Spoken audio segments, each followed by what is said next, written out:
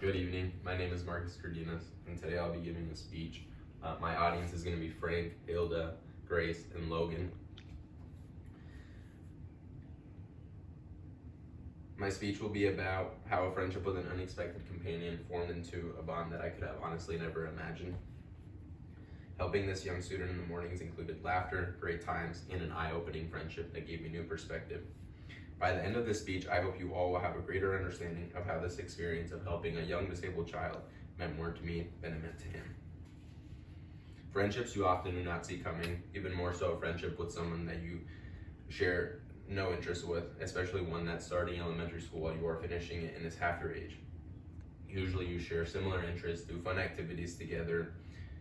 The opposite of a friendship is one that you see for a brief period of time and one that you only see on weekday mornings and weekday afternoons and no time on the weekends. The opposite of a friendship is one that, especially is starting school while you are finishing it. Friendships come in all different forms. They all bring value and can offer you a new perspective that you would have never seen coming if you go into it with an open mind. Today, the purpose is going to be to express my personal experience of a friendship formed that changed my perspective at an early age and helped me throughout life.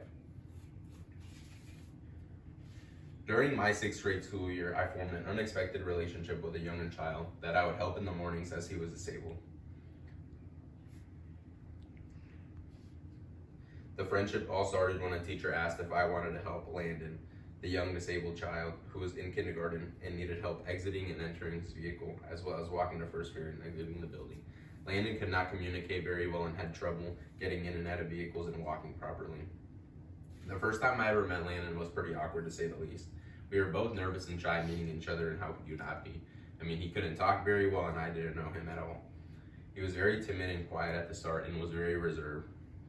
The first time we had a genuine interaction, Landon slowly became more interactive. We would always see each other at social events and he would always give me this big old smile every time he saw me in the morning. Our bond slowly formed into something greater that I truly would have never imagined. Although the start of our friendship was rocky, it proved to be rewarding and one that was worth the beginning troubles. From the beginning to the end, Landon was always vibrant and filled with laughter, and that was one of many lessons that I learned being friends with Landon. He would see me every morning, always smile, see me every day, and always smile at the end of the day.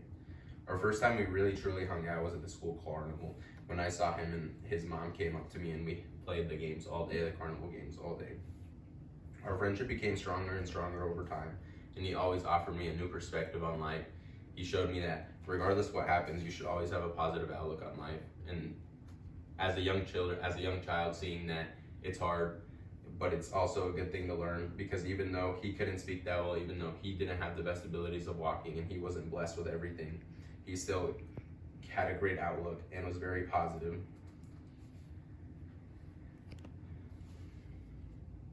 As you can see, friendships when you least expect it can turn into some of the best friendships that can offer you new perspectives from a companion that you thought could never teach you as much as they were much younger.